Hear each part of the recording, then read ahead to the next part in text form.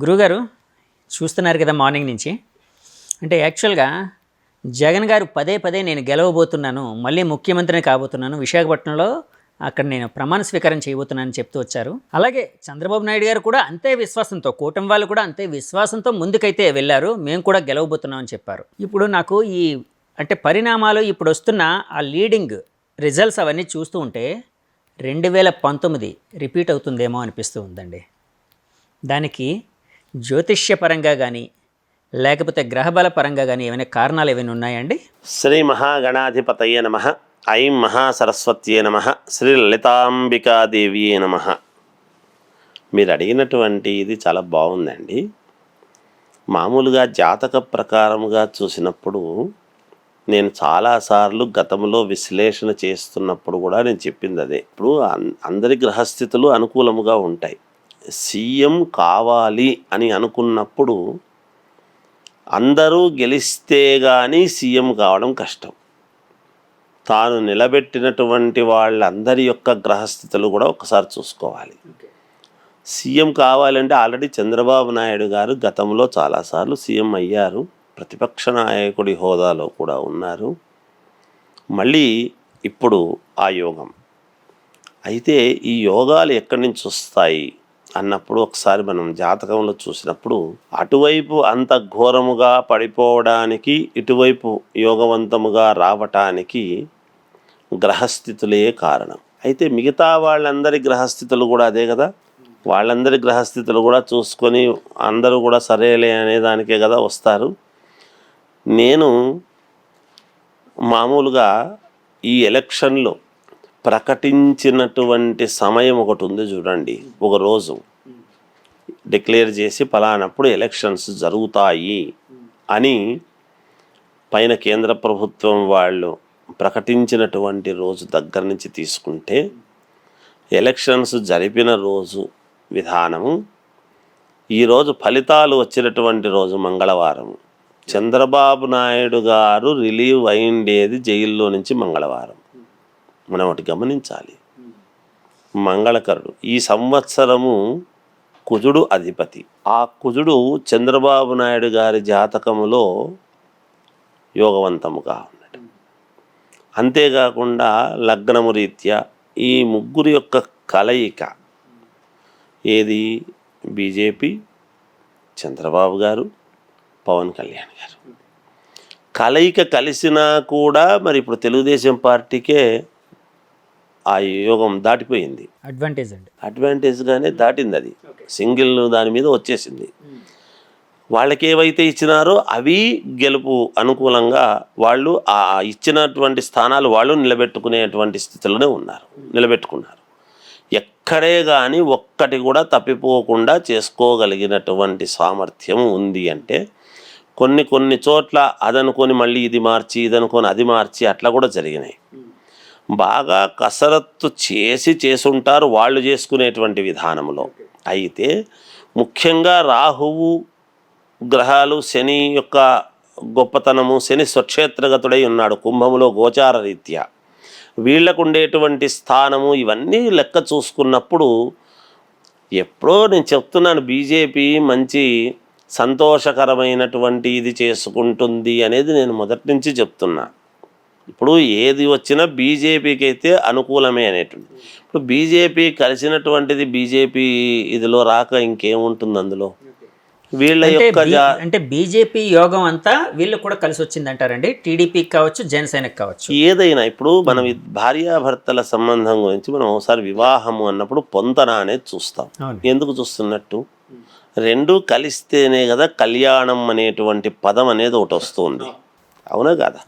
అప్పుడు ఈ భార్య యొక్క జాతకము ఈ భర్త వరుడు యొక్క దానికి రెండిటికి సమన్వయం అయినప్పుడు ఇతని యోగము బాగుండాలి అన్నప్పుడు భార్యకు సంబంధించినటువంటి గ్రహస్థితులు కూడా ఇతనికి యోగింపబడతాయి.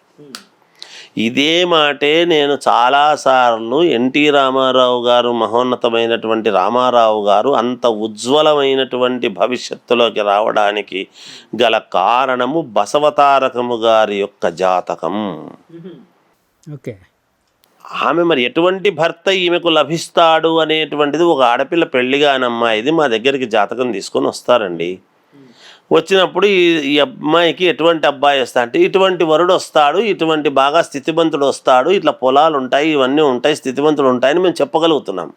ఎలా చెప్పగలుగుతున్నాము అంటే అక్కడ ఉండేటువంటి గ్రహస్థితులను బట్టి, ఆ అమ్మాయి గ్రహస్థితిలో జాతకం బట్టి. అంతే కదా.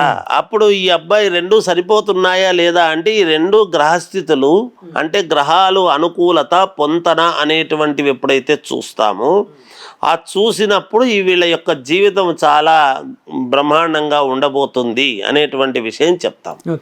మరి చెప్తున్నారు కదా గురువుగారు, మరి కొంతమందికి ఎందుకు ఫెయిల్ అవుతుంది అనేటువంటి మాట మీరు అడగవచ్చును. అయిన తర్వాత కూడా కొన్ని ఫెయిల్ అవుతున్నాయి కదా, అది చెప్పేటువంటి శాస్త్రిలో దోషం ఉండొచ్చు కానీ వాడు నేర్చుకున్నటువంటి విధానాన్ని బట్టి, అంతే కదా. శాస్త్రంలో అయితే లోపం ఉండదు. ఓకే, అది ఎవరు చెప్పగలుగుతారు ఎవరు చెప్పరు అనేటువంటిది ఎంతోమంది చెప్పేవాళ్ళు ఉంటారు. అది ఒకరొకరి పంథ, ఒకరొకరి నిర్ణయం, ఒక్కొక్క పద్ధతిలో ఉంటుంది. అలాగే ఈ ముగ్గురి యొక్క కలయిక వలన బలం అనేటువంటిది ఏర్పడింది.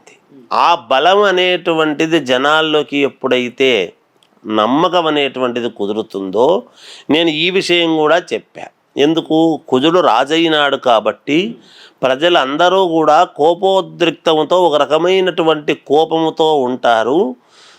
అక్కడి వరకు పోయిన తర్వాత చాలా వరకు మార్పులు వస్తాయి, ఓట్లు వేసేటువంటి సమయంలో మార్పులు వస్తాయి అనేటువంటిది గత వీడియోల్లో చాలాసార్లు చెప్పాను నేను. ఉంటాయి కూడా, అది నేను చెప్పగలుగుతా ఎక్కువ శాతం.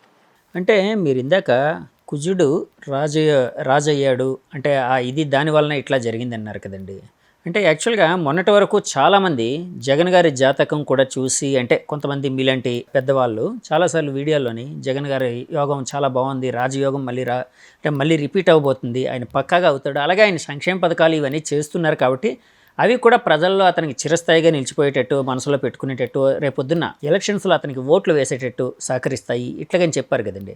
సో జగన్ గారి జాతకాన్ని మీరేమైనా ఈ మధ్య పరిశీలించారా? పరిశీలిస్తే ఏమనిపించింది గురువుగారు? ఈ మధ్య పరిశీలించడం అనేది ఏమిటి, మొదటి నుంచి కూడా చూస్తాం కదా. మా దగ్గరికి అయితే అందరివి ఎలా ఏమిటి అని అడుగుతారు. ఇప్పుడు వస్తున్నాము అంటే ఏమిటి ఎలా ఉంటుంది అనేది ముందు కూడా చూసుకొని వస్తాం కదా. ఇక్కడ ఏమవుతుందంటే మీరు రెండు అడుగుతున్నారు. మేము సంక్షేమ పథకాలు చేసినాడా చెందినాడా లేదా అనేది అవన్నీ అనలిస్టులు చూసుకోవాల్సిన పని. సంక్షేమ పథకాల వల్ల వస్తాడా, ఏమీ చేయకపోయినా వస్తాడా, యోగం అనేటువంటిది జాతకములో ఉంటే ఏమీ చేయకపోయినా వస్తాడు రెండోసారి అయ్యే యోగం ఉంటే. ఇప్పుడు ఇవన్నీ చేసినాను కాబట్టి నాకు ఓటు వేయండి అని అన్నారు, మరి ఇది లేదు అనేటువంటిది కదా ఇప్పుడు టీవీల్లో చెప్తున్నారు. అది వాళ్ళు విశ్లేషణ చేసుకునేది. మాకు ఏమిటి అంటే ఇక్కడ రెండూ కూడా, ఇప్పుడు మనం ఒక ఎద్దుల బండి ఉంటుందండి, సమబుద్ధి అయినటువంటిది ఒక ఇది ఉన్నప్పుడు, ఒక పద్ధతిగా పోతూ ఉన్నప్పుడు ఎక్కడో ఒక చోట ఒకటి కుంటు పడుతుంది, ఒకటి ముందుకు వెళ్ళిపోతుంది. ఒకటి ముందుకు వెళ్ళిపోవడానికి కారణం ఏమిటి అనేది ఒక్కసారి చూసుకున్నప్పుడు చంద్రబాబు నాయుడు గారి జాతకంలో అందరూ ఏమనుకున్నారు అంటే, ఇంకా అయిపోయింది చంద్రబాబు నాయుడు గారిది, వయస్సు అయిపోయింది కాబట్టి ఇంకా ఈ అయ్యేటువంటి ప్రశ్న లేదు అనేటువంటి భావనతో వేరే వేరే వాటిల్లో ఆలోచనలు చేస్తూ చెప్పినారని నా భావన, నేను అనుకుంటున్నాను. నాకు తెలిసినంత వరకు అయితే మళ్ళీ ఖచ్చితంగా చంద్రబాబు నాయుడు గారు అవుతారు అనేటువంటిది ఉన్నది. యోగం ఉంది చంద్రబాబు గారికి, సీఎం ఛాన్స్ మళ్ళీ కూడా ఉన్నది ఆయనకు. 100% అది చేసుకోగలుగుతారు అనేటువంటిది అందరికీ చెప్తూ వచ్చాం. ఘంటాపదముగా ఏమిటి అన్నప్పుడు ఇది అది అన్నప్పుడు ఎప్పుడైతే పొత్తుల వ్యవహారంలోకి వచ్చిందో ఇది బీజేపీకి అత్యంత అనుకూలవంతముగా మారుతున్నాయి అనేటువంటిది నేను సుస్పష్టం చేస్తూ వస్తూనే ఉన్నాను. ఇప్పుడు ఏమైంది, బీజేపీకి అనుకూలమైందా లేదా? గురుగారు ఒక చిన్న డౌట్ అండి. యాక్చువల్గా మీరు అంటే ఏదైనా రాజకీయ నాయకులు లేకపోతే అధినేతల జాతకాలు మాత్రమే చూసి దాన్ని బట్టే చెప్తారా, లేకపోతే అధినేత పెట్టిన అభ్యర్థుల అందరి జాతకాలు కూడా గణించి దాన్ని బట్టి గెలుపు కోసం చెప్తారా? అంటే టోటల్గా ఓవరాల్గా చెప్పాల్సి వచ్చినప్పుడు, స్టేట్ కోసం చెప్పాల్సి వచ్చినప్పుడు, స్టేట్ కోసం చెప్పాల్సి వచ్చినప్పుడు ఇప్పుడు మామూలుగా పలానా చోట పలానా వాళ్ళు, పలానా చోట పలానా వాళ్ళని ప్రకటిస్తారు కదండి. సహజంగా ఈ టికెట్ల విషయము అది ఇది అన్ని ప్రకటిస్తారు కదా. ప్రకటించినప్పుడు ఎవరెవరు ఏమిటి అనేటువంటిది చూసుకుంటాం. పేరు బలాల రీత్యా అందరివి జాతకాలు మా దగ్గర కూడా ఉండవు కదండి. అప్పుడు మెయిన్ది చూస్తాము. మెయిన్ అతనివి ఉన్నాయి అంటే నేను చూసుకున్నది ముఖ్యంగా ఏమి అంటే చంద్రబాబు నాయుడు గారి జాతకము, భువనేశ్వరమ్మ గారి జాతకం కూడా మనకు ఈసారి ఆమె జాతకంలో ఎలా ఉంది. ఆమె ఇప్పుడు భర్త సీఎం అయితే భార్యకు కూడా ఎంతో కొంత ఆమెకు యోగమే కదా. ఆ యోగాలు ఏమైనా మనకు మామూలుగా వింశోత్తరి దశల్లో కనపడుతున్నాయా లేదా అనేటువంటిది కూడా చూసుకోవాలి కదా. అలా చూసుకుంటూ వచ్చాం. ఆ విషయంలోనే నేను మొన్న ఈ మధ్య చెప్పిన వాటిలో నేను పవన్ కళ్యాణ్ గారి యొక్క జాతకము చూసినప్పుడు ఇప్పుడు ఆయన భార్య ఆమె యొక్క జాతకము కూడా మహాద్భుతముగా పేరును బట్టి కానీ దీన్ని బట్టి కానీ చాలా యోగవంతముగా ఉన్నది. ఈసారి పవన్ కళ్యాణ్ గారు ఖచ్చితముగా అసెంబ్లీలోకి అడుగు పెట్టి తీరుతాడు అని ఘంటాపదంగా నేను 2023 నుంచి చెప్తూ వచ్చా. ఒకటే మాట చెప్పా, రెండో మాటలేదు దానికి. ఈసారి పవన్ కళ్యాణ్ గారు ఆయన నడవడిక, ఆయన పోకడ విభిన్నముగా ఉండబోతున్నది. ఎందుకంటే ఆయన్ను తర్వాత ఇప్పుడు నెక్స్ట్ ఈ తరాల వాళ్ళందరూ కూడా ఆయన ఆదర్శంగా తీసుకొని ముందుకు నడిచే విధముగా ఉంటుంది. రాజకీయాలలో ఒక కొత్త ఒరవడి కూడా రాబోతున్నది అని కూడా చెప్పాను నేను. చూడండి, రేపు ఖచ్చితంగా చక్రము తిప్పుతాడు పవన్ కళ్యాణ్ గారు, మా అద్భుతమైనటువంటి చక్రము తిప్పుతాడు అని చెప్పి. గురుగారు, ఇప్పుడు జాతక పరంగా పవన్ కళ్యాణ్ గారు ఇప్పుడు ఎలాగ అసెంబ్లీలో అడుగు పెట్టబోతున్నారు.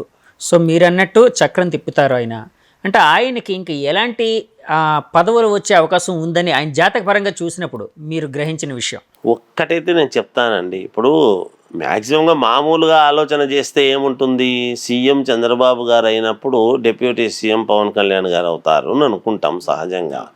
నా భావన ఏముంటుంది అంటే almost all equals to CM అనేటువంటి స్థాయిలోనే ఉంటుంది పవన్ కళ్యాణ్ గారిది. ఆయన ఆ స్థాయి పరుడే, ఖచ్చితముగా అదే లెవెల్లోనే ఆయనకు ఉంటుంది యోగం అనేటువంటిది, అందులో సందేహం ఏమీ లేదు. మంచి అద్భుతమైన యోగం ఉంది ఆయనది.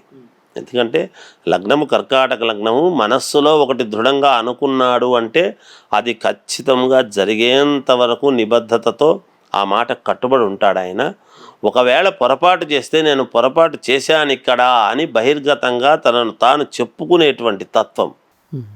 కొంతమందికి మామూలుగా ఒక మనస్తత్వాల్లో డిఫరెంట్ వ్యవహారం ఉంటుంది, కొంచెం ఒకరొకరిది ఒక పద్ధతి ఉంటుంది. ఆ విధంగా పవన్ కళ్యాణ్ గారిది చాలా బాగుంది, చాలా యోగవంతంగా ఉంది ఆ జాతకం. అది చాలా పవర్ఫుల్ జాతకం పవన్ కళ్యాణ్ గారిది. అంతే, అంతకంటే ఇంకా మనం ఎన్ని చెప్పినా ఇంకా తక్కువే అవుతుంది, అంతే. ఆయన జాతకం కోసం మీరు మాట్లాడుతున్నారు కాబట్టి అడుగుతున్నానండి. ఆయన జాతక పరంగా అంటే మనిషి యొక్క లక్షణాలు ఎలా ఉంటాయండి? పవన్ కళ్యాణ్ గారి లక్షణాలు పవన్ కళ్యాణ్ గారి లక్షణాలు ఏమిటంటే కర్కాటక లగ్నం అయినటువంటి దాని వలన ఆవేశము ఉంటుంది. నమ్మితే ఏదైనా నమ్మకానికి చేస్తాడు. నమ్మక ద్రోహము చేస్తే మాత్రము ఇంకొక రకంగా ఉంటుంది. కానీ తాను ఎవరికి చీమకు కూడా అపకారం చెయ్యాలి అనేటువంటి విధానము ఉండదు ఆయనకు. తప్పు జరిగితే ఈ మాట నేను నలుగురిలో అనొచ్చో అనకూడదో అనేటువంటిది లేకుండా తొందరపాటుతనంతో తొందరగా నువ్వు తప్పు చేసినావని అనేస్తాడు.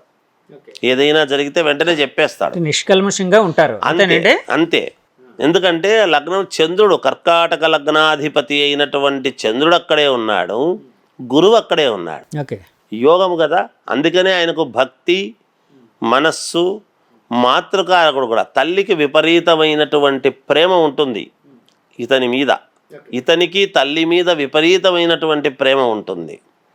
కానీ మనస్సుకు సున్నితమైనటువంటి మనస్సు ఉంటుంది, కఠినమైనటువంటిది ఉంటుంది, రెండూ ఉంటాయి. కొన్ని సందర్భాల్లో చాలా కఠినంగా ప్రవర్తిస్తాడు, కొన్ని సందర్భాల్లో ఒక మాట అంటే తీసుకుని అరే నేను అనవసరంగా పడినానే అనేటువంటి లోపల సున్నితంగా బాధపడతాడు. కానీ బయటికి ప్రజల కోసము కదా నేను నిలబడతాను మాట ఇస్తే మాట తప్పడు, అది ఎంతదన్నా కానీ. అది సర్వం సహా పోతే మానలే మాట తప్పడు అనేటువంటి మాట, అది అతను పెట్టుకున్నటువంటి విధానం, దానికి కట్టుబడి ఉంటాడు కూడా. అది నేను జాతక ప్రకారంగా చెప్పగలిగేది. అలాగే చంద్రబాబు గారి జాతక పరంగా ఆయన లక్షణాలు అవన్నీ ఎలా ఉంటాయండి? చంద్రబాబు నాయుడు గారి లక్షణాలు మనము ఒకసారి ఆయన జాతక ప్రకారంగా లెక్క వేసినప్పుడు ఏముంటుంది అంటే చాలా నిగూఢంగా ఉంటాయి. ఆయన ఆలోచనలు చాలా దూరమైనటువంటి ఆలోచనలు ఉంటాయి చంద్రబాబు గారిది. ఎవరిని విమర్శించడం, లూజుటాకు మాట్లాడు. ఒకవేళ వ్యతిరేకత ఉన్న ఒక మనిషి మీద ఆ మనిషిని బహిర్గతంగా ఆయన ఎక్కడా కూడా విమర్శించాడు. మళ్ళీ అతను కనపడితే ఒకవేళ అవకాశం అడిగితే రండి అంటాడు, అపాయింట్మెంట్ ఇస్తాడు, మాట్లాడతాడు, పంపిస్తాడు. కానీ చంద్రబాబు నాయుడు గారిది ఏమంటే అట్లా బయటికి పడి ఏదో వాళ్ళని ఏదో అది చేయాలి ఇది చేయాలి అనేటువంటి మనస్తత్వం ఉన్నటువంటి ఇది కాదు. ఒకటి. రెండవది నేనేమంటానంటే ఇంకొకటి కూడా, తననే నమ్ముకున్నటువంటి వాళ్లకు జాగ్రత్తగా ఏదో ఒక రోజుకైనా ఎప్పటికైనా ఒక ఇది చేస్తాను అంటే చేస్తాడు. అంటే అవకాశాలు కొంచెం అందరికీ ఒకటే రకంగా రాకపోయినా నమ్ముకున్నటువంటి వాళ్ళకైతే ఏదో ఒక రకంగా చేసేటువంటి తత్వం చంద్రబాబు నాయుడు గారికి ఉంటుంది, చేస్తాడు. అది కొన్ని విషయాల్లో కొన్ని సందర్భాల్లో సందర్భాన్ని బట్టి చేయటము, అవకాశాలను బట్టి చేయటము. నాకు తెలిసినంత వరకు ఏమి అంటే గతంలో పరిపాలించినటువంటి పరిపాలనలో కావచ్చు, ఇంకో చోట కావచ్చు, ఆయన అన్ని సామాజిక వర్గాలకు న్యాయం చెయ్యాలి, కేవలం మన సామాజిక వర్గానికే చేసుకుంటే నలుగురిలో ఇబ్బంది పడతాము అనేటువంటిది బాగా ఎక్కువగా ఆలోచన చేసేటువంటి తత్వం. దాంట్లో కూడా ప్రపంచం అంతా కూడా ప్రజలు ఏది హర్షిస్తారో అది చూసి చేద్దాము అనేటువంటి ఆలోచన ఉంటుంది. అలాంటి మనస్తత్వం చంద్రబాబు నాయుడు గారిది. సరే, ప్రజల యొక్క తీర్పు ఏదైనా ఒకసారి నచ్చనప్పుడు సరేలే అనుకోవాల్సి వస్తుంది, ఒకసారి నచ్చితే నెత్తిన పెట్టుకుంటారు వాళ్ళు, అంతే. అది ప్రజల యొక్క ప్రజా తీర్పు. గురుగారు, 2019లో జగన్ గారు ఒక 151, అప్పటి వరకు ఆంధ్రప్రదేశ్ రాజకీయ చరిత్రలో అలాంటి విజయం ఎప్పుడు సాధ్యపడలేదు, ఎవరికీ దక్కలేదు. ఈవెన్ మహానుభావుడు సీనియర్ ఎన్టీఆర్ గారికే అది దక్కలేదు అప్పట్లోనే, అంటే ఉమ్మడి ఆంధ్రప్రదేశ్ ఉండేది కాబట్టి. అలాంటి 151 సీట్లను గెలుచుకున్న అప్రతిహతమైన ఒక విజయం ఇప్పుడు ఇలా తారుమారు అయిపోవడానికి ఆయన జాతక బలం, జగన్ గారి జాతక బలం ఏమైనా తోడ్పడిందా? అంటే అందులో ఉండే లోటుపాట్లు ఏంటి ఒక్కసారి విశదీకరించగలరా? తప్పకుండా విశదీకరిస్తానండి. ఎందుకంటే ఇప్పుడు మేము ఒకటి చెప్తాం, ఒక చిన్న మాట చెప్పండి. చెప్పినప్పుడు మాది నడిచింది, జరిగింది అన్నప్పుడు ఇంకో నలుగురు వస్తారు, ఈయన చెప్తే జరుగుతుంది అని. జరుగుతుందంటే ఆ నలుగురికి జాగ్రత్త చూసి చెప్పాల్సినటువంటి అవసరం ఉంటుంది. అయితే ఇంకా మా దగ్గరికి 3-4 కరెక్ట్గా అయినాయి కదా అనేటువంటి అభిప్రాయంతో నేను ఏది బుద్ధి పుడితే అది చేస్తారులే అనేటువంటి ఉద్దేశ్యంతో ఓవర్లుక్గా నేను చెప్పడం అనేటువంటిది కరెక్ట్ కాదు. ఓకే కదా. అది నేనేమంటున్నా అంటే ప్రజలు ఎక్కువగా ఇచ్చిన మాట వాస్తవమే. అయితే మరి దాన్ని జాగ్రత్తగా వచ్చిన అవకాశాన్ని సద్వినియోగం చేసుకోవాల్సినటువంటి అవసరము కూడా ఉంటుంది కదా. దానికి మిగతా వాళ్ళందరూ కూడా ఆయనకు తోడ్పడాలి కదా, అవి కూడా చూడాలి కదా. మరి ఆయన నడిపించేటువంటి విధానము, నడిచినటువంటి పద్ధతి ఎప్పుడు మనకు కరెక్ట్ కాదు అని తెలుస్తుంది. ఇగో ఇలాంటివి జరిగినప్పుడే ఓహో మనం ఈ పోకడ కరెక్ట్ కాదు అని తెలుస్తుంది. దాన్ని మరి ఆయన జాతకము వరకు పర్వాలేదు, జాతకం పర్వాలేదు అంటే ఆయన గెలుస్తున్నాడు కదా, ఆయన గెలిచాడు. ఆయన గెలవడం ముఖ్యం కాదు కదా. పార్టీ మొత్తము రావాలి అనుకున్నప్పుడు మరి వ్యక్తులను ఎంచుకోవడము, ఎవరిని ఏం మాట్లాడుతున్నాడు. ఇప్పుడు నా కొడుకు ఉన్నాడండి, నా ఇంట్లో పిల్లలు ఉన్నారండి, మిగతా వాళ్ళు నేను గొప్పవాడిని కదా అని, మా నాన్న గొప్పవాడు కదా అని మిగతా వాళ్ళందరినీ దూషిస్తున్నారు అనుకోండి, కంట్రోల్ చేయాల్సిన బాధ్యత ఎవరిది? తండ్రిదే. ఇంటి పెద్దగా ఎవరిది? అంతే కదా. అది చూసుకోవాలండి. ఎప్పుడు కూడా మనకు పదవి ఒకటి చేతిలో ఉంది కదా అనేటువంటి ఉద్దేశం ఈరోజు మనది అని ఉన్నప్పుడు విమర్శలు అనేటువంటివి ఎలా ఉండాలి అంటే, నేను చాలాసార్లు చెప్తూ వస్తున్నాను. శ్రీమాన్ వెంకయ్య నాయుడు గారు కానీ, సిహెచ్ విద్యాసాగర్ రావు గారు కానీ, వీళ్ళందరూ కూడా టీవీల్లో డిబేట్లకు వచ్చి మాట్లాడుతున్న నాడు విన్నాం. ఒక సద్విమర్శలు ఉండేటివి. ఎదటి వాళ్ళ మీద ఏదన్నా విమర్శ చేస్తున్నాము అంటే పార్టీ పరంగా ఒక లైను, ఒక పద్ధతి, విమర్శించినా కూడా దానికి ఒక పద్ధతి విధానం ఉండేది. అవి ఈనాడు చూస్తున్నామా? విమర్శలు ఎలా ఉన్నాయి, ఎక్కడికి పోతున్నాయి? ప్రజలు మనల్ని హర్షించాలి అన్నప్పుడు మాలాంటి వాళ్ళ నోట రావాల్సినటువంటి మాటలు, రాకూడనటువంటి మాటలు మాలాంటి వాళ్ళ నోట్లో వస్తే మమ్మల్ని ఎలా గురువులుగా అభినందిస్తారు, ఎలా గురువులుగా మమ్మల్ని తీసుకుంటారండి? మేము ఏది చెప్తే తింటారు కదా అని ఏది దుడితే మాట్లాడరాదు కదా. అంటే ఎలాగైనా అంతే కదా. అంటే నోరే వాళ్ళకి చెడు చేసింది, నోరు శని కదండి. శరీరములో ఉండేటువంటి భాగాల్లో కుడికన్ను సూర్యుడు, ఎడమకన్ను చంద్రుడు, నోరు శని, ఇవన్నీ కూడా చెప్తున్నాము కదా. మరి ఇప్పుడు రాహుగ్రస్తము, కడుపు చెప్తున్నాము, రాహుకేతులు. అందుకనే కదా ఇవన్నీ కూడా.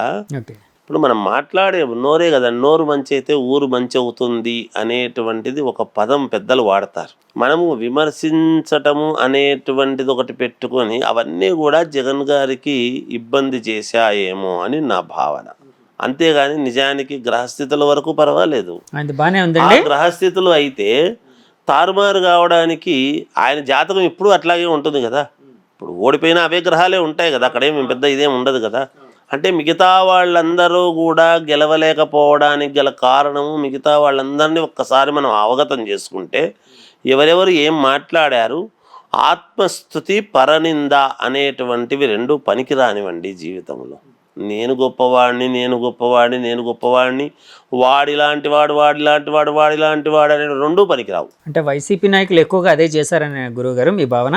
ఈ నేను చెప్పడం కంటే మనం అనాలని కాదు, కానీ ఒకరిని ఇప్పుడు విశ్లేషణ ఓడిపోయినప్పుడు ఒకరిని బాధించేటట్టుగా మనం మాట్లాడాల్సిన అవసరం లేదు. గెలుపు ఓటములు అనేటువంటివి సర్వసాధారణం. ఈరోజు గెలిచిన వాళ్ళు కూడా ఒకప్పుడు ఓడిపోయినారు కదా, వాస్తవం కదా. ఈరోజు వీళ్ళు గెలిచారు, ఓకే.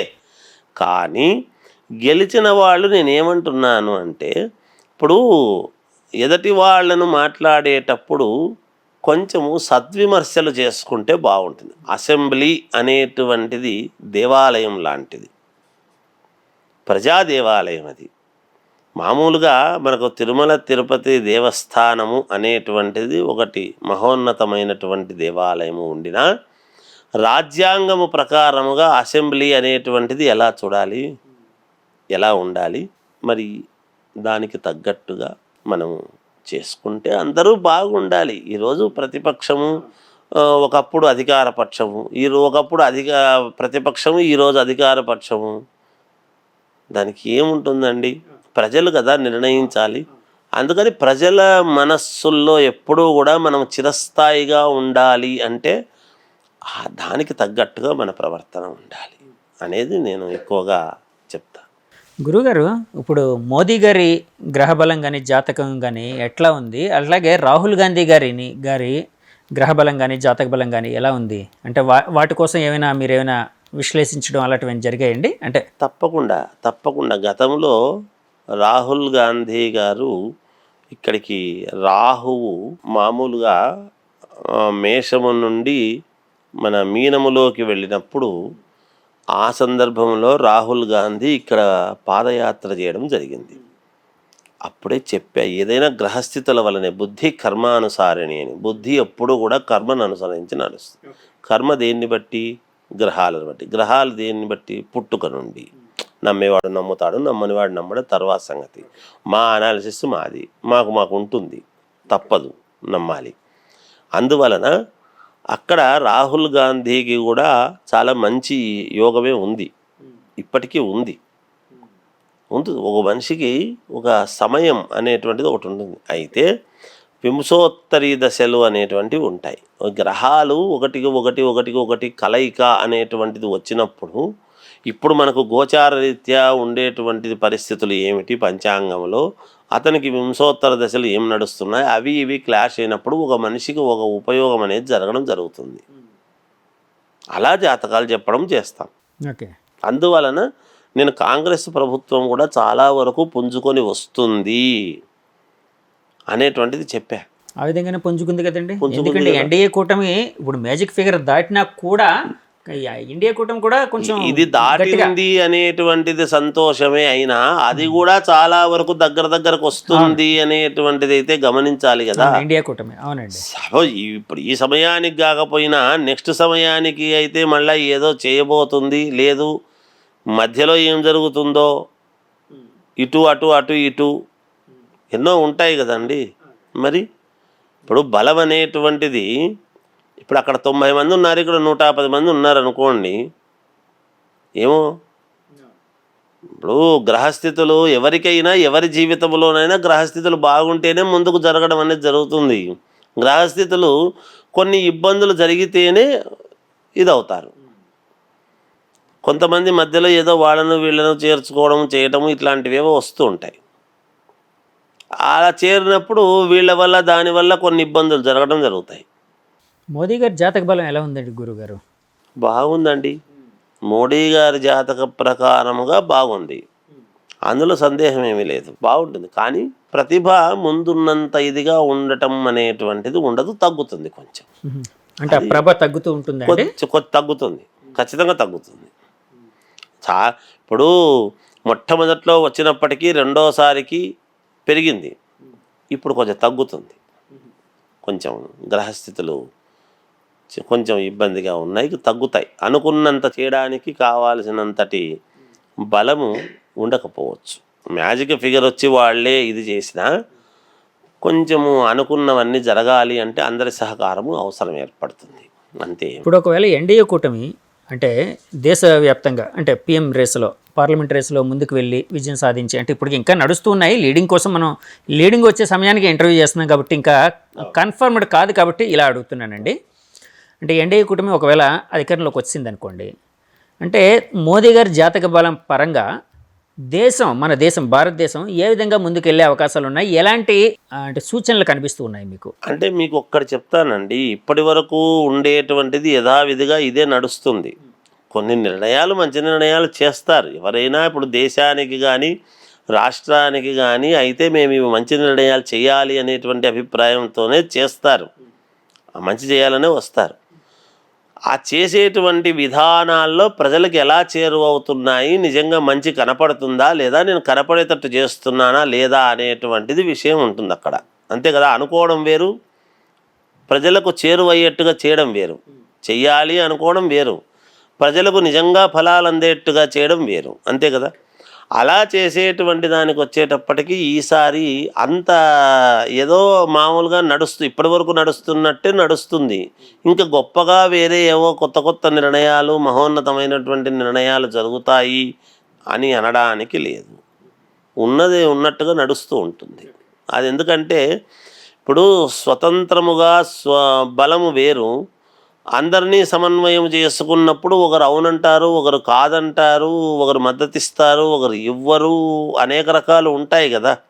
ఎవరిని కాదనడానికి ఉండదు కదా ఇప్పుడు అందరి మద్దతుతో అనేటప్పటికీ. అలా కొన్ని అనుకున్న పనులు జరగటానికి ఆలస్యం కావచ్చు, అలాగే ఉండిపోవచ్చు. ఇప్పటి వరకు ఉన్నదైతే దేశము భద్రతగా ఉన్న విషయంలో ఉన్నది ఉన్నట్టుగా ఉంటుంది గాక, ఇందులో ఏం తేడా ఉండదు. ఇక ఆంధ్రప్రదేశ్ రాజకీయాలకు వస్తే, ముఖ్యంగా ఆంధ్రప్రదేశ్ రాజకీయాల్లో అంటే జగన్ గారిని పక్కన పెడితే వైసీపీ నాయకుల్లో బాగా ఫేమస్ అయిన అంటే ఎప్పుడు న్యూస్లో ఉండే నాయకులు కొడాలి నాని గారు, రోజా గారు, అలాగే వల్లభనేని వంశీ గారు, పేరు నాని గారు, ఇలా కొంతమంది నాయకులు ఉన్నారు. వీళ్ళందరూ ఓటమి దిశగా వెళ్ళడానికి వాళ్ళ జాతక ప్రభావమే కారణం అని చెప్పచ్చా అండి? ఒకటండి, నేను వీళ్ళే కాదు, అంబటి రాంబాబు గారని టీవీలు చూస్తాము కదా, అవునండి, చూడకుండా ఉండము కదా. అంబటి రాంబాబు గారు కానీ, తర్వాత అమర్నాథ్, గుడివాడ అమర్నాథ్ గారు కానీ, తర్వాత అనిల్ యాదవ్ ఆయన కానీ, ఇప్పుడు కొడాలి నాని గారు కానీ, వంశీ గారు, రోజా గారు, ఇలా కొంతమంది, మిగతా వాళ్ళు కూడా ఉన్నారు, ఇంకా కొంతమంది, చాలామంది ఉన్నారు కదా, దాంట్లో ఉండకుండా ఏం లేదు. కాకపోతే వీళ్ళు ఏదైనా అనాలి అని అనుకున్నప్పుడు అనాలి అనుకున్న దానికంటే 10 ఇంతలు మాట్లాడడం వలన వాళ్ళకి ఆ ఇబ్బంది వచ్చి ఉంటుందేమో అనుకుంటున్నాను. నిజానికి వాళ్ళ గ్రహస్థితులు పర్వాలేదు, బాగానే ఉంటాయి, బాగున్నాయి కాబట్టే మంత్రులైనారు. బాగాలేకపోతే మంత్రులు ఎట్లా అవుతారండి, అంతే కదా. అవునండి. అంటే ఏదో పొరపాటున కిరీటం పెట్టామా అని అనుకునేలోపు వాళ్ళ కిరీటాన్ని వాళ్ళే వదిలేసుకునేటువంటి పరిస్థితి కొంతమందికి ఉంటుంది. ఓకే, ఇది స్వయంకృతాపరాధం, వీళ్ళందరివి స్వయంకృతాపరాధాలే. మిగతా వాళ్ళు మరి మాట్లాడని వాళ్ళు కూడా ఇదైనారు కదండి, బయటకు వచ్చి మాట్లాడని వాళ్ళు ఇదైనారు కదా అని కూడా అనుకోవచ్చు. అంటే ఏమవుతుందంటే దీని వలన ఇలా చేస్తూ ఉన్నప్పుడు, ఇప్పుడు ఒక దీంట్లో ఒక 10 మంది, మనకు మామూలుగా ఒక సామెత చెప్తుంటాం మేము చిన్నప్పుడు, 10 మంది మంచివాళ్ళు ఉన్నప్పుడు ఒకడు చెడ్డవాడు ఉన్నాడు అనుకో, ఆ చెడ్డవాడు ఈ 10 మందిని చెడగొడతాడని కదా దూరంగా కూర్చోమంటాం.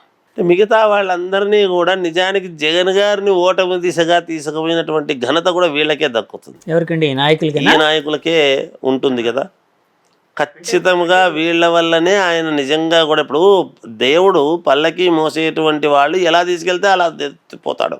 అవును, దేవుడైనా బోయలు ఎలా దేవుడైనా పల్లకి మోసేవాడు ఎలా మోసుకెళ్తే, ఏ వీధిలో మోసుకెళ్తే ఆ వీధిలోకి పోతాడు.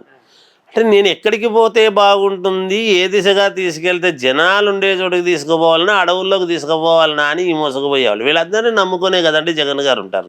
అవునండి. అవునా కదా? అవును గురువు గారు. మరి ఇప్పుడు ఆయన మెప్పు ఏదో మేము పొందాలి అని, ఇంకేదో చెయ్యాలి అని అనవసరమైన మాటలు కదండి. ఎదటివాడి మనస్సును ఇప్పుడు మేము ఉన్నాము, ఎవరి మనస్సు నొప్పించకుండా ఉన్నది ఉన్నట్టు చెప్పాల్సిన బాధ్యత మాది. ఇంకొకరిని నొప్పించే అధికారం మనకి ఎక్కడదండి? అవును కదా. మరి వీళ్ళందరూ కలిసి ఒక ఉన్నతమైనటువంటి స్థితిగా ముందుకు తీసుకెళ్ళగలిగినటువంటి ఇది ఉంటే కదా ఆయన గెలుస్తాడు. ఇప్పుడు ఆయన గెలిచి వీళ్ళందరూ ఓడిపోయే లాభం ఏముందండి? ఆయన గెలిచినా ఏముంటుంది, ఇంట్లో కూర్చోవడమేగా. ఇప్పుడు వీళ్ళందరూ గెలిచి ఉంటే కదా ఆయన గెలిచిన దానికి వీళ్ళు గెలిచిన దానికి లాభం. అది ఆలోచన చేయాలండి. అందుకని మనం మాట్లాడేటప్పుడు నోరు శని. మనం ఏదైనా మాట్లాడుతున్నాము అంటే దానికి ఒక ప్రామాణికం, ఒక పద్ధతి, విమర్శించడానికి కూడా ఒక విధానము. జనాల్లో అందరు చదువుకున్న వాళ్ళే కదండి. ఎవరు ఇప్పుడు ఈ పామరులు ఈనాడు ఎవరు లేరు. కానీ వింటున్నప్పుడు ఒక భాష, దేవాలయంలో మంత్రాలు వినపడితే పరమ సంతోషం. అలాగే దేవాలయం లాంటి ఒక స్థానంలో మాటలు ఎలాంటివి వాడాలి, ఏమిటి అనేటువంటిది చాలా అవసరం అండి సమాజంలో వినేవాళ్లకు. మాలాంటి వాళ్ళం ఏం చెప్తాము? ఇప్పుడు జాగ్రత్తగా మాట్లాడండి అయ్యా, బాగుండండి. ఇప్పుడు మేము రాశి ఫలాలు చెప్తున్నప్పుడు కూడా మేము చాలా చోట్ల చెప్తుంటాను. నేను నిన్న కూడా చెప్పాను, మీరు ఈ మధ్య మాట్లాడేటప్పుడు జాగ్రత్తగా మాట్లాడండి. ఆ మాట్లాడేటప్పుడు వ్యతిరేక భావన ఎదుటి వాళ్లకు అనిపించింది అంటే మీరు నష్టపోయే ప్రమాదం ఉంది అని చెప్తుంటాం. వీళ్ళకైనా అదే కదా చెప్తాం జాతకాలు చూసినప్పుడు. ఇప్పుడు వాళ్ళ యోగము బాగుంది కదా, నిన్నటి వరకు బాగుండే కదా మంత్రులుగా చేసినారు, అదే గ్రహస్థితులే కదా ఉన్నాయి. మరి ఆ గ్రహస్థితుల్లో ఈనాడు ఉన్నట్టుండి తేడా వచ్చింది అంటే వాడుకునే విధానాన్ని అండి. స్వయంకృతాపరాధం అండి గురువుగారు. 100% స్వయంకృతాపరాధం. 100% స్వయంకృత. ఇప్పుడు నేను ఉన్నానండి, నేను కాదు, మీకు ఒక చిన్న ఉదాహరణ చెప్తా. ఒక ప్యాంటు షర్టు టై కట్టుకొని ఉండేటువంటి బ్రాహ్మడు ఉన్నాడు, ఒక చోట నిలబడినాడు. ఇంకో చోట పంచె కట్టుకొని మడిగట్టుకున్నటువంటి బ్రాహ్మడు ఉన్నాడు. మీరు ఏం చేస్తారు చెప్పండి? ఎవరైనా పంచె కట్టుకొని మడిగట్టుకున్నటువంటి బ్రాహ్మడికి ఇలా నమస్కారం పెడతాడు, ప్యాంట్ వేసుకున్న ఆయనకి ఇలా దండం పెడతారు. తేడా లేదా? అంతే. ఇంకంతేనండి. మనకు ఒక ఇది ఉన్నప్పుడు సో ఆచార ప్రవర్తించేటువంటి తేడా, మనము ప్రవర్తించేటువంటి తీరు అనేటువంటిది ఉండాలి. అది కొంచెం వాళ్ళు స్వయంకృతాపరాధంగా చేసుకున్నారు. ఉండొచ్చు వ్యతిరేక భావన. ఇప్పుడు మీకు వ్యతిరేకం ఉంది అంటే నేనేమంటున్నానంటే, ఇప్పుడు ఈ పార్టీలో నుంచి ఆ పార్టీకి పోయిన వాళ్ళు ఉన్నారు, ఆ పార్టీలో నుంచి ఈ పార్టీకి పోయిన వాళ్ళు ఉన్నారు. పార్టీ మారినంత మాత్రాన అవతలి వాళ్ళని తిట్టాల్సిన అవసరం ఏముందండి? నీకు నచ్చలేదు, నీకేదో వసతి లేదు, నువ్వు వచ్చేసినావు, అయిపోయింది. అంటే పార్టీ మారినంత మాత్రాన లేని సచ్ఛీలత అయితే వచ్చేది కదండి. అంతే కదండి, లేని క్రెడిబిలిటీ రాదు కదా. క్రెడిబిలిటీ అంటే వ్యక్తిగతంగా ఉండేదే. ఇప్పుడు అదే మనం పెంచుకోవాలి. అది ఎవరికి వాళ్ళ వ్యక్తిత్వాన్ని హననము. ఇప్పుడు వ్యక్తిత్వ హననము చేసుకున్నారా ఏదో చెప్తారు కదా, మీరే రాజకీయాల్లో హత్యలు ఉండవు, ఇంతకంటే వేరే ఏముంటుందండి. అంటే జగన్ గారు, అంటే మీరు ఇప్పుడు ఈ మాట అన్నారు కాబట్టి అడుగుతున్నాను గురుగారు. యాక్చువల్గా ఈ మాట చాలామంది పెద్దలు అనలిస్టులు చెప్తూ ఉంటారు, రాజకీయాలు అనేవి ఉండవు అంత అని. అంటే అదే పరిస్థితి జగన్ గారికి ఎదురైంది అంటారు. అంటే ఇప్పుడు ఈ ఓటమి అనేది చూస్తూ ఉంటే అంటే ఎవరైనా అంతే కదండి. ఇప్పుడు తన కింద తప్పు చేసేటువంటి వాళ్ళను వారించకుండా మనము ఊరికే ఉంటే దాని అర్థం ఏమిటి? అప్పుడు ఎవరు ఇది చేసుకుని ఈరోజు ఏం జరిగింది? గతం ఏం నిజంగా జగన్ గారి జాతకము బాగుంది.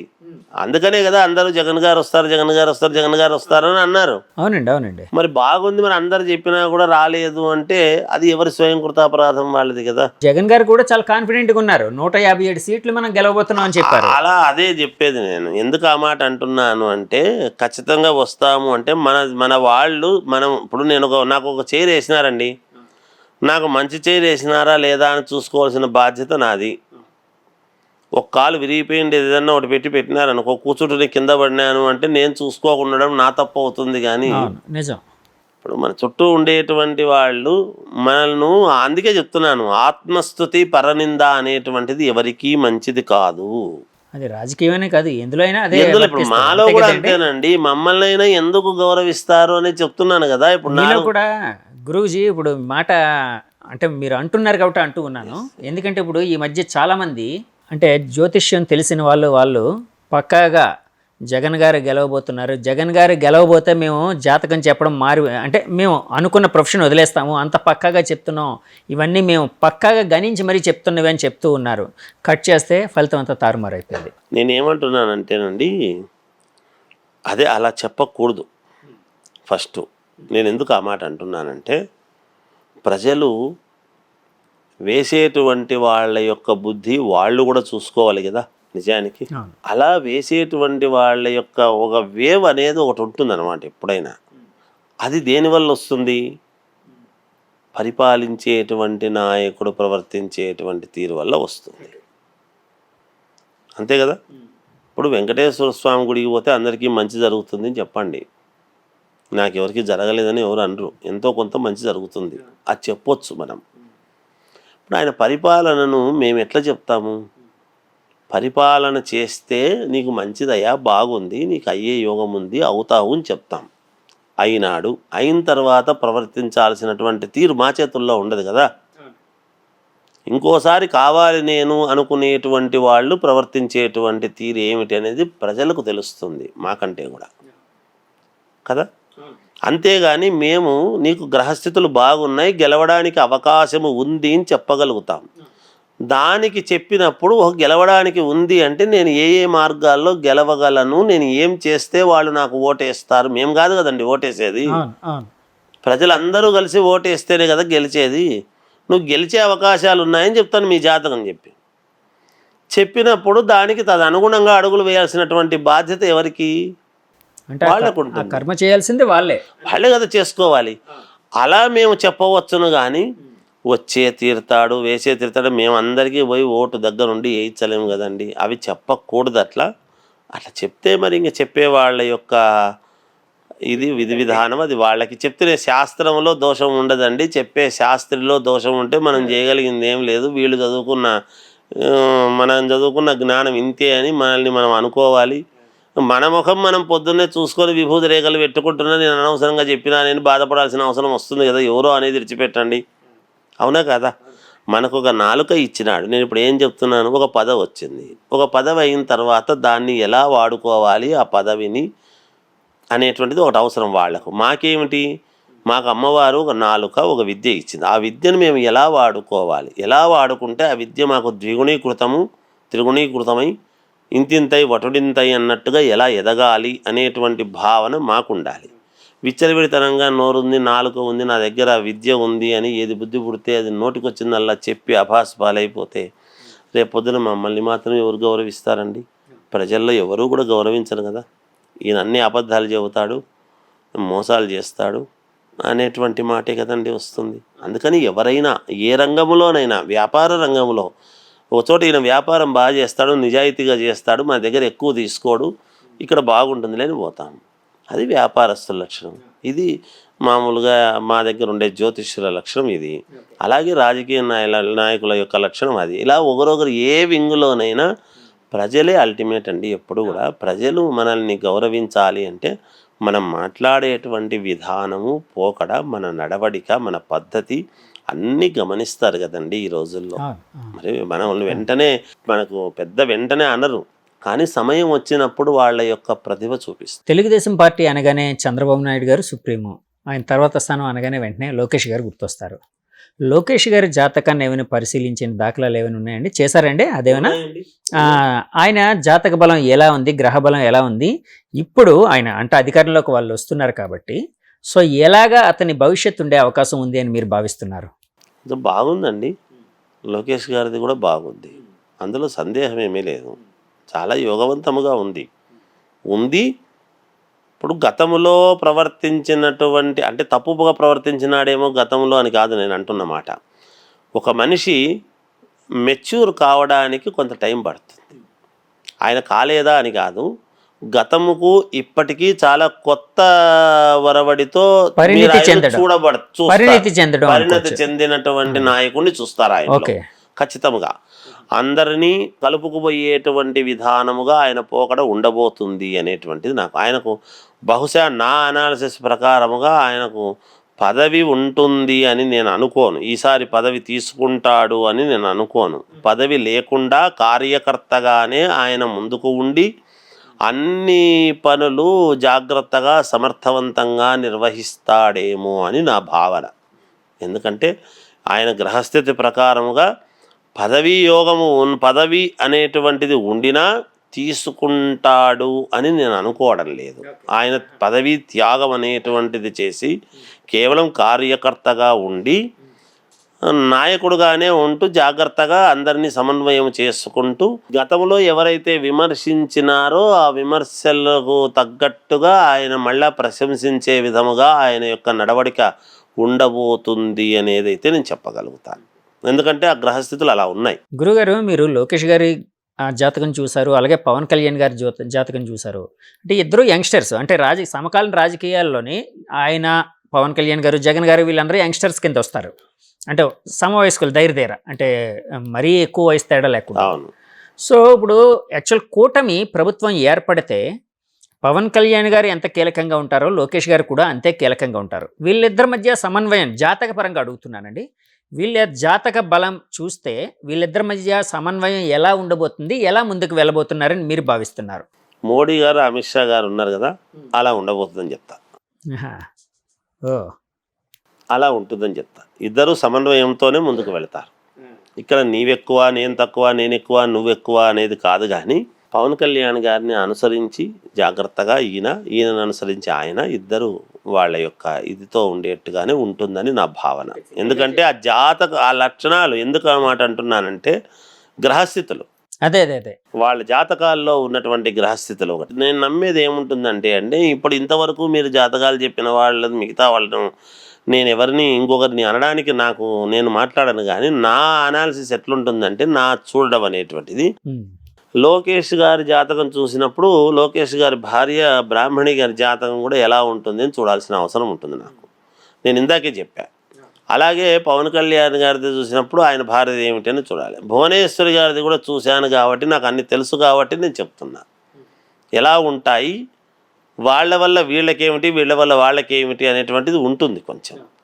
దాన్ని బట్టి అవన్నీ కూడా సమన్వయం చేసుకొని చెప్తుంటాం ఎప్పుడు కూడా. అందుకని వీళ్ళిద్దరిది మీరు అడిగినారు కాబట్టి నేనేదో ఉపోద్ఘాతము వ్యాఖ్యానము ఎక్కువ చేయను. కానీ వాళ్ళిద్దరిది ఎలా ఉండబోతుంది అంటే మోడీ గారు, అమిత్ షా గారు ఉన్నారు కదా, అలాగే ఉంటుంది.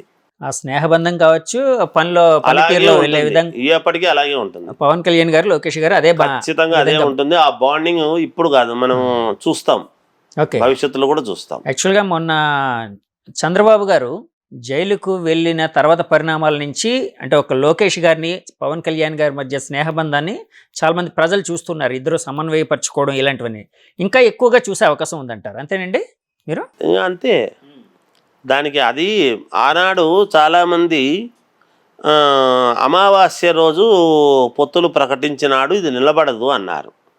నేను ఒక్కనే చెప్పా, అమావాస్య అనేటువంటిది చూస్తున్నారు కానీ ఆనాడు ఉన్నటువంటి గ్రహస్థితి అనేటువంటిది చూడాలి. గ్రహస్థితి చాలా అనుకూలవంతముగా ఉన్నది వీళ్లకు, ఇది నిలబడుతుంది, ఎట్టి పరిస్థితుల్లో సూది మనం మోపినంత కూడా పక్కకు పోదు అని చెప్పినాం. ఆ తర్వాత మళ్ళా ఏవో ఇదని అదని ఏవేవో అన్నీ వచ్చినాయి మధ్యలో. ఇలా జరుగుతుంది, అలా జరుగుతుంది, అయిపోయింది పుత్తని ఏవేవో చెప్పినారు. ఏమి చెప్పినా ఎంత చేసినా వీళ్ళది ఉంటుంది అనే చెప్పా. అదే జరుగుతుంది. ఇప్పుడు కూడా చెప్తున్నాను కదా, ఉన్న వాస్తవం ఏదో చెప్తాను నేను. నాకేమి రాసి పెట్టుకోండి, ఏదో బల్లగుద్ది ఇవన్నీ చెప్పాను నేను. అవన్నీ చెప్పేటప్పుడు జరిగేది ఉన్నప్పుడు అంత బల్లగుద్ది రాసిపెట్టి ఇవన్నీ అనవసరం కదండి. ఈ మాటే కదా. ఏ మాట అయితే మనము ప్రామాణికంగా మాట్లాడుతున్నామో మాట విలువ కదా. అవన్నీ చెప్తున్నామంటే ఏవో ఎక్స్ట్రాలు మాట్లాడుతున్నామని దాని అర్థం. అవన్నీ అక్కర్లే, మీకు తెలుస్తుంది కదా భవిష్యత్తులో. ఖచ్చితంగా వాళ్ళ బాండింగ్ బాగుంటుంది, సమన్వయంతోనే ముందుకు వెళతారు గాక. గురుగారు, ఈ మధ్య నేషనల్ జర్నలిస్టులు కొంతమంది, నేషనల్లో చాలా ఫేమస్ జర్నలిస్టులు కొంతమంది ఒక మాట అన్నారు.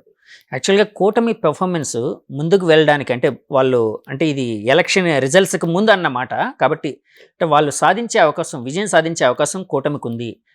చంద్రబాబు నాయుడు గారు జైలు ఉదంతం ఏదైతే ఉందో అదే ఒక మెయిన్ ఫ్యాక్టర్ కాబోతుంది, ఈ కీలకంగా మారబోతుంది ఈ ఎలక్షన్స్లో, వాళ్ళకి పాజిటివ్గా మారబోతుందని. అంటే ఆ మాటని మీలాంటి జ్యోతిష్య విద్వానులు ఉన్నారు కాబట్టి అడుగుతున్నానండి, పండితులు ఉన్నారు కాబట్టి.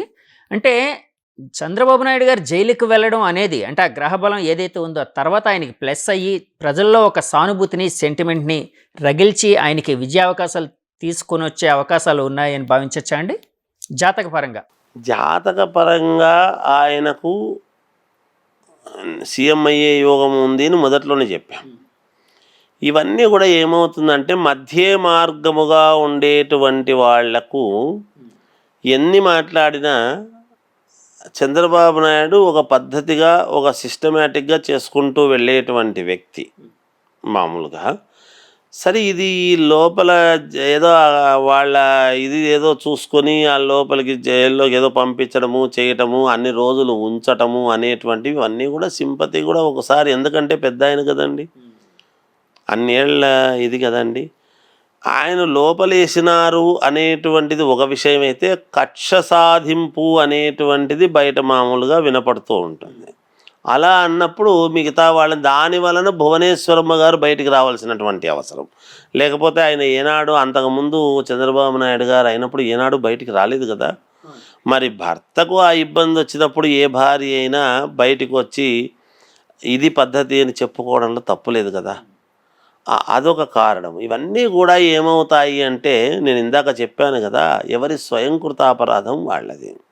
గ్రహస్థితులు బాగున్నది, ఇప్పుడు భోజనము పెట్టారండి, ఇక్కడ భోజనం బాగా దొరుకుతుంది మనకు అనేది తెలుసు, అక్కడ వంట వండుతారని తెలుసు. అంత దూరం ఎందుకు?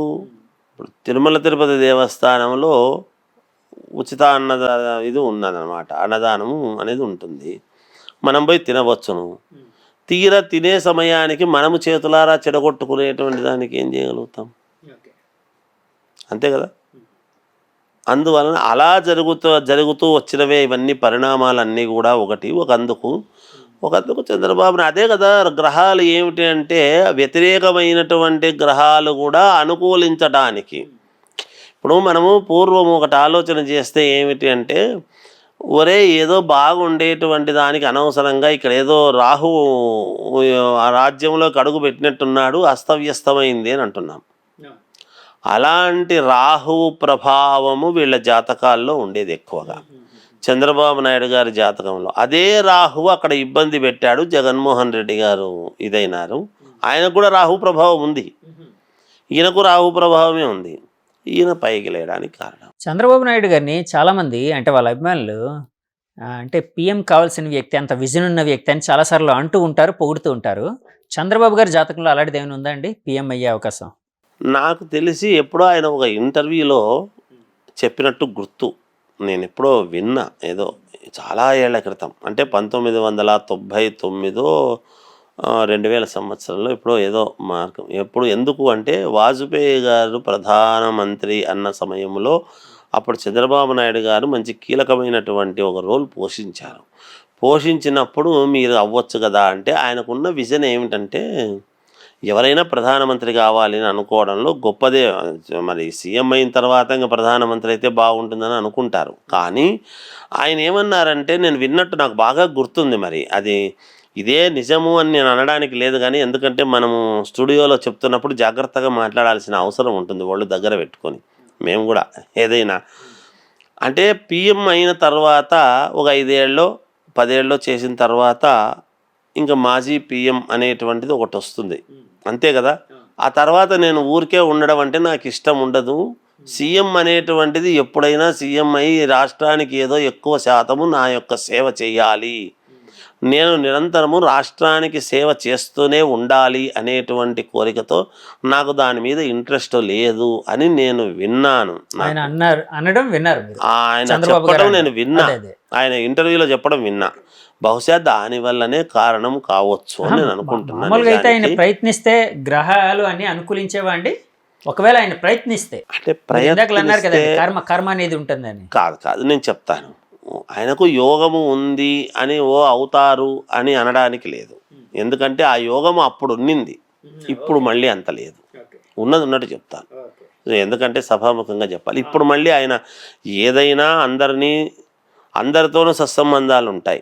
ఆయనకు అన్ని పార్టీల్లో ఒక్క వైఎస్ఆర్సీపీలో ఉండేటువంటి వాళ్ళతో తప్ప మిగతా అన్ని పార్టీల్లో ఉండే వాళ్ళతోనూ ఆయనకు సత్సంబంధాలు ఉంటాయి. ఏది దేశంలో ఉండేటువంటి ఎన్ని పార్టీలు ఉన్నాయో అన్ని పార్టీల వాళ్ళతోనూ సత్సంబంధాలు పెట్టుకుంటారు. ఆయన ఎవరికి పెద్దగా ఏదో శత్రుత్వం ఉండాలి అని పెట్టుకునే వ్యక్తి కాదు. అంటే ఎవరితో ఏమవసరం అవుతుందో అది తెలియదు, రాజకీయ చాణక్యం అయ్యి ఉండొచ్చు కదా. ఎవరితో ఏమవసరం వస్తుందో తెలియదు. అంత విరోధం పెట్టుకోవాల్సినంత అవసరం ఏముంటుంది అనేటువంటి ఆలోచన దృక్పథంతో ఉంటారు ఆయన. అందువలన ఆయనకు అన్నీ తెలుసు కాబట్టి ఏది అవసరమైనా ఏదన్నా వేరే రాష్ట్రాల వాళ్ళ సమస్య వచ్చిందంటే కూడా ఈయన సమన్వయం చేసి చెప్పగలడు. ఆ స్థాయి పెట్టుకున్నారు ఆయన. కాబట్టి మనం ఈయన ఇప్పుడు అయ్యేటువంటి ఇదైతే లేదు నిజానికి. మళ్ళీ చంద్రబాబు గారు ఏదో ప్రధానమంత్రి అవుతారు అని చెప్పడానికైతే లేదు. గురుగారు, ఇప్పుడు ఇద్దరు యువ నాయకుల్లోనే అంటే లోకేష్ గారు, పవన్ కళ్యాణ్ గారు, వీళ్ళిద్దరిలో ఎవరికి ఫ్యూచర్లో సీఎం అయ్యే యోగం ఉందని మీరు భావిస్తున్నారు? అంటే గ్రహబల పరంగా. అంటే నేను ఏమంటానంటే అండి, పవన్ కళ్యాణ్ గారికి సీఎం అయ్యే యోగం ఉందండి. పవన్ కళ్యాణ్ గారికి ఉంది. లోకేష్ గారికి లేదు అని నేను అన్నాను, కానీ ఆయనకు కూడా ఉంది. అంటే వెంటనే అంటే కొంచెం పవన్ కళ్యాణ్ గారికి ఎక్కువగా ఛాన్సెస్ ఉన్నాయి. ఆయన గ్రహస్థితులు చాలా బాగున్నాయి. అంటే లోకేష్ గారి కంటే ముందరగా పవన్ కళ్యాణ్ గారికి ఆ యోగం ఉందండి. ఆ సందర్భాన్ని బట్టి ఇప్పుడు ఇంకా చంద్రబాబు అవుతున్నారు కాబట్టి మనం ఇవి అనడానికి లేదు. ఇద్దరికీ యోగం ఉంది, ఇద్దరికీ అయ్యే యోగం ఉన్నది. కాకపోతే కొంచెం ముందు పవన్ కళ్యాణ్ గారికి అయ్యే యోగము అనేటువంటిది ఉన్నది. ఎందుకంటే ఆ ఎక్స్పెక్టేషన్స్ కావచ్చు, ఆ పద్ధతి కావచ్చు, విధానం కావచ్చు ఉంటాయి. గురుగారు, చివరిగా అంటే కూటమి నాయకుల గ్రహబల పరంగా వాళ్ళకు కూడా చాలా పాజిటివ్గా రిజల్ట్స్ వచ్చింది అని అన్నారు కదండి మీరు. సో ఆ గ్రహబలం అటు మోదీ గారు కావచ్చు, అంటే బీజేపీ పెద్దగా, తర్వాత ఇక్కడ టీడీపీ పెద్దగా చంద్రబాబు గారు కావచ్చు, జనసేన పెద్దగా పవన్ కళ్యాణ్ గారు కావచ్చు, వీళ్ళ గ్రహబలం అంతా బాగుంది. సో ఈ ముగ్గురి కలయికలో ఆంధ్రప్రదేశ్ ఎలాంటి గ్రహబలంతో ముందుకు వెళ్ళే అవకాశం ఉందని మీరు భావిస్తున్నారు? ఖచ్చితంగా చంద్రబాబు నాయుడు గారి ఆలోచన ప్రకారమే ముందుకు పోతాయి, అందులో సందేహం ఏం లేదు. మోడీ గారు కూడా ఇప్పుడు సహకరిస్తారు. ఇంతకు ముందు సహకరించినారా లేదా అనేటువంటిది మనం పక్కకు పెడితే ఇప్పుడు ఖచ్చితంగా సహకరిస్తారు. ఎందుకంటే పవన్ కళ్యాణ్ గారి యొక్క బాధ్యత కూడా ఉంది కదా రాష్ట్రం మీద. కాబట్టి అనుకూలవంతంగా చంద్రబాబు నాయుడు గారి ఆలోచనలు ఎప్పుడు కూడా ఆయన విజన్ అనుకూలంగానే దానికి చేయాల్సినటువంటివి చేస్తారు. ఖచ్చితంగా ఒక ఉన్నతమైనటువంటి దశగా ముందుకు తీసుకెళ్తారు. ఈసారి చాలా పకడ్బందీగా మొదట రాజధాని లేని రాష్ట్రము అనాథలాగా ఉండిపోయింది అనేటువంటిది కాకుండా ముందు రాజధాని నిర్మించడం అనేటువంటిది పొద్దున్నే చేసేటువంటి పని, దానికి సంబంధించినటువంటి పనులు మొదలు పెడతారని నేను అనుకుంటున్నా, నాకున్న ఆలోచన. అలాగే ఇప్పుడు అన్నీ ఉన్నాయి కదా, కొంచెం జరగాల్సినవన్నీ ఒకటోటి మొదలు పెడతారు. ఉద్యోగ కల్పన అలాంటిది కూడా జరిగే అవకాశం ఉందా గురుగారు? ఎందుకంటే వైసీపీ ఓడిపోవడానికి అంటే చాలాసార్లు నేను చాలామంది జనంతో వాళ్ళతో మమేకమై అడిగినప్పుడు వాళ్ళు బయట తీసుకునేటప్పుడు డెవలప్మెంట్ లేకుండా ఉండిపోతుంది ఆంధ్రప్రదేశ్లో, ఉద్యోగ కల్పన లేకుండా ఉంది, ఇక్కడ చదువుకున్న వ్యక్తులకి సరైన ఫ్యాక్టరీలు లేవు, లేకపోతే ఇండస్ట్రీస్ లేవు, ఉద్యోగం దొరకట్లేదు అని ఒక రకమైన అసంతృప్తి అనేది చాలా ఎక్కువ కనిపించిందండి. సో అలాంటివి ఇప్పుడు గ్రహబల పరంగా మీరు ఆంధ్రప్రదేశ్ మంచిగా ముందుకు వెళ్ళబోతుంది అంటున్నారు కదండి, ఉద్యోగ కల్పన ఇలాంటివన్నీ బాగా జరిగే అవకాశం ఉందని భావించవచ్చా అండి? నేనేం చెప్తానంటేనండి, ఇప్పుడు ఒకప్పుడు హైదరాబాద్ ఏమిటి, విజన్ 2020 అని 1997లోను ఆ మాట ఆయన పెట్టుకున్నప్పుడు ఇదంతా హైటెక్ సిటీ కడుతూ ఉన్నప్పుడు చేస్తూ ఉన్నప్పుడు ఏమబ్బా అనుకున్నాం నిజానికి. ఇవాళ ఈ హైటెక్ సిటీ ఇదంతా కూడా మొత్తం అంతా కూడా చూస్తే ఏ ఫారిన్లోనో ఉన్నట్టుగా ఉంటుంది మనం. అవునండి, వాస్తవమే, ఎన్ని నిజం. మాట్లాడినా. సంపద సృష్టించటం అనేటువంటిది చంద్రబాబు నాయుడు గారికి తెలుసు అని నా భావన. కనుక యువత ఈసారి ఎక్కడికో వేరే చోట్లకు పారిపోనక్కర్లేదు. ఏ బెంగళూరుకో, ఏ మెడ్రాస్కో, ఏ హైదరాబాద్ కూడా రానక్కర్లేదు. అమరావతి చాలా గొప్పగా సంపద సృష్టించి అక్కడే ఉద్యోగాలు దొరుకుతాయి చేసేటువంటి ప్రయత్నాలు చేస్తారు. వాళ్ళకు కూడా దైవం అనుకూలించాలి, అన్ని రకాలుగా మేలు జరగాలి. ఆ లలితాంబికాదేవి అమ్మవారి యొక్క అనుగ్రహం వాళ్ళకు పరిపూర్ణముగా ఉండి సహకరించాలి అనే నేను కోరుకుంటాను. మా లాంటి వాళ్ళు బాగుండాలనే కోరుకోవాలి వాళ్ళందరూ కూడా. అంతే కదా గురువుగారు. అంటే జాతకం అనేటప్పుడు మనిషి పుట్టుక, జన్మ నక్షత్రం ఇలాంటివన్నీ చూసి చెప్తారు కదండి. ఒక ప్రాంతాన్ని బట్టి కూడా అంటే దానికి ఉండే అంటే విశేషాలను బట్టి కూడా జాతకం లేకపోతే అంటే ఇలా అభివృద్ధి చెందబోతుందని చెప్పే అవకాశాలు ఉన్నాయండి? చెప్తాము కదా. ఎందుకు ఇప్పుడు ఒక అడుగుతున్నానంటే చిన్న మాట చెప్తాను. అడగండి, మీరు అడగండి. ఎందుకు అడుగుతున్నానంటే ఈ క్వశ్చన్ నేను, ఇప్పుడు చంద్రబాబు నాయుడు గారు వస్తే ఎలాగ అమరావతి అద్భుతంగా అభివృద్ధి చెందుతుంది, కాదంటలేదు. విశాఖపట్నం పరిస్థితి ఏంటి? ఎందుకంటే విశాఖపట్నం అనేది యాక్చువల్గా వైసీపీ వాళ్ళు ఈసారి జగన్ గారు ముఖ్యమంత్రి అయితే విశాఖపట్నాన్ని రాజధానిగా చేసి చాలా గొప్పగా అభివృద్ధి పదంలో ముందుకు తీసుకుని వెళ్తానన్నారు కదండి. చంద్రబాబు గారు సీఎం అయితే విశాఖపట్నం ఏ విధంగా అభివృద్ధి చెందే అవకాశం ఉందని మీరు అంటే అక్కడుండే విశేషం బట్టి భావిస్తూ ఉన్నారు? మేము చెప్పడం కంటే కూడా ఒకటి అంటే మాకు తెలిసినంత వరకు పేర్లను బట్టి అంటే దేనికి ప్రాధాన్యత, దేనికి సెకండరీ ఇది ఎట్లా అంటే నాకున్న దీని ప్రకారంగా ఆ పేర్లను బట్టి చూసినప్పుడు మనకు విశాఖపట్నం అనేటువంటిది ఆర్థిక రాజధాని అవుతుంది. ఎందుకో చెప్తా మీకు. మామూలుగా ఇప్పుడు అమరావతి అనేటువంటిది రాజధాని అయితే అవుతుంది. మనకు రాజధాని అమరావతి చేస్తాం. విశాఖపట్నం అనేటువంటిది 2 సార్లు పెదవులు కలుస్తాయి. మనకు భారతదేశానికి కూడా మనకు బొంబాయి రాజధాని. బొంబాయి అనేటువంటిది కూడా ముంబై అన్న, బొంబాయి అన్న, బాంబే అన్న 2 సార్లు పెదవులు కలుస్తాయి. బకార శబ్దం ఆర్థిక రాజధాని. మీరు పైకి చూడండి, ముంబై అంటున్నాం లేదా బొంబాయి అంటున్నాం, బాంబే అంటున్నాం 2 సార్లు. అలాగే విశాఖపట్నం, వైజాగ్ అంటే మనం అన్నాం, అందుకే విశాఖపట్నం అనేటువంటిది 2 సార్లు. విశాఖపట్నము ఖచ్చితముగా, ఎందుకంటే సముద్రము ఉండటం చేయటము, కొంచెం వనరులు మామూలు ఎక్స్పోర్టు ఇంపోర్ట్ ఏదో ఉంటాయని మామూలుగా కూడా విశాఖపట్నానికి మంచి యోగం ఉంది. ఆర్థిక రాజధానిగా ఉంటుంది. ఇప్పుడు కూడా డబ్బు సృష్టి అనేటువంటిది మంచి ఇవి అన్నీ కూడా తయారు చేసి చాలా సర్వాంగ సుందరంగా తయారవుతాయి. విశాఖపట్నం కూడా చాలా మంచి యోగవంతమైంది విశాఖపట్నం. ఈ రాజధాని అంటే అమరావతి ఉంటుంది, అమరావతి చేస్తారు. అలా 2 కూడా సమన్వయంగా గొప్పగా తయారవుతాయని నా భావన. ఇప్పుడు ఏది తక్కువగా చేయరు వాళ్ళు కూడా. ఇప్పుడు రాయలసీమను ఏదో చెయ్యాలి అని అనుకొని గొప్పగా చెయ్యాలనే కదా ఏదో చెందుతామని అన్నారు. ఏవో రోడ్లన్నీ విస్తరణ చేసి ఈసారి అన్నీ కూడా యుద్ధ ప్రాతిపదికన జరుగుతాయి. అన్ని ప్రాంతాలు డెవలప్ అవుతాయండి, ఏం పర్వాలేదు, చేస్తారు, బాగానే ఉంటుంది, బాగుండాలనే కోరుకుందాం. అంటే 2029 అంటే 24 అయిపోయింది కాబట్టి 29లో మళ్ళీ ఎలక్షన్ నడుస్తుంది కదా.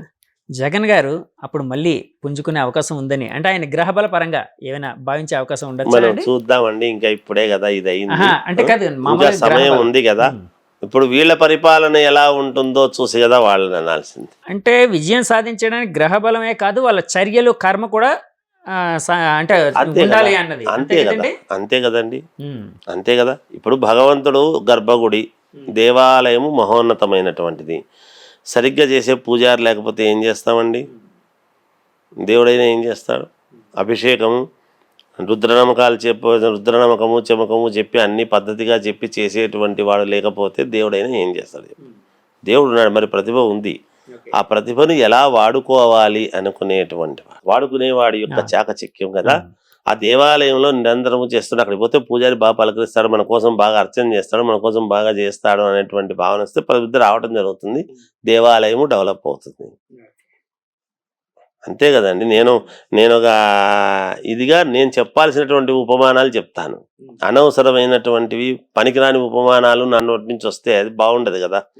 అందుకని ఇప్పుడు వాళ్ళు చేస్తున్నారు కదా, వీళ్ళు చేసేటువంటి ఇది కూడా ప్రజలు చూస్తారు కదా, మరి అది కూడా ఉండాలి కదా. మరి అందుకని 29 మళ్ళీ సంగతి ఇంకా ఇవాళ అయిపోతున్నాయి, ఇంకా ఎలక్షన్స్ ఇవాళ మన ఇవన్నీ కూడా సీట్లన్నీ కూడా ఇదవుతున్నాయి కనుక బాగుంటుంది, ఏం పర్వాలేదు. వీళ్ళు బాగా చేస్తారు, ఈ 5 ఏళ్ళు ముందు వీళ్ళు బాగా చేస్తారనేది ఆశిద్దాం. మళ్ళీ సంగతి అప్పుడు మళ్ళీ ఓ సంవత్సరం ముందో 6 నెలల ముందో మొదలవుతాయి కదా, మనమే కూర్చుంటాం, మనమే చేస్తాం, ఏం పర్వాలేదు చూద్దాం. ఈ ఫలితాలు ఇలా ఉండబోతున్నాయని మీరు ముందే ఊహించారండి? నాకైతే ఉందండి, అంటే రాష్ట్రంలో ఆంధ్రప్రదేశ్లో కావచ్చు, దేశంలో కావచ్చు, నాకైతే ఉందండి. అయితే మేము ఇన్ని సీట్లు వస్తాయి అన్ని సీట్లు వస్తాయి అనేటువంటిది నేను చెప్పలేదు. ఎందుకంటే ఇన్ని వస్తాయి అన్ని వస్తాయి అని చెప్పడానికి మేమేమి దగ్గరుండి ఓట్లు వేయించిన వాళ్ళం కాదు. కానీ లీడ్ చేయబోతుంది తెలుగుదేశం పార్టీ. ఇప్పుడు ఏదైనా భారతీయ జనతా పార్టీ కనుసన్నలలో నడుస్తుంది ఇది వ్యవహారం అంతా అనేటువంటిది అయితే నేను సుస్పష్టంగా చెబుతూ వస్తూనే ఉన్నా మొదటి నుంచి. ఏదైనా కేంద్ర ప్రభుత్వం యొక్క సహకారము చాలా అవసరము. ఆ అవసరము జగన్మోహన్ రెడ్డి గారు పోగొట్టుకున్నారు, చంద్రబాబు నాయుడు గారు అందుకున్నారు, అంతే, ఏం లేదు అక్కడ, సింపుల్ అంతే. అదే చెప్పా మొదటి నుంచి, అదే చెప్పొస్తున్నా. అన్ని ఛానల్స్లో కూడా కేంద్ర ప్రభుత్వ సహకారం ఎవరికైతే ఉంటుందో వాళ్ళే వస్తారు అని చెప్తున్నా. ధన్యవాదాలు గురుగారు, చాలా విషయాలు మాతో జయోస్తు. మీకు దిగ్విజయముగా అందరూ బాగుందరు గాక. జయోస్తు. థ్యాంక్ యూ అండి. నమస్తే అండి.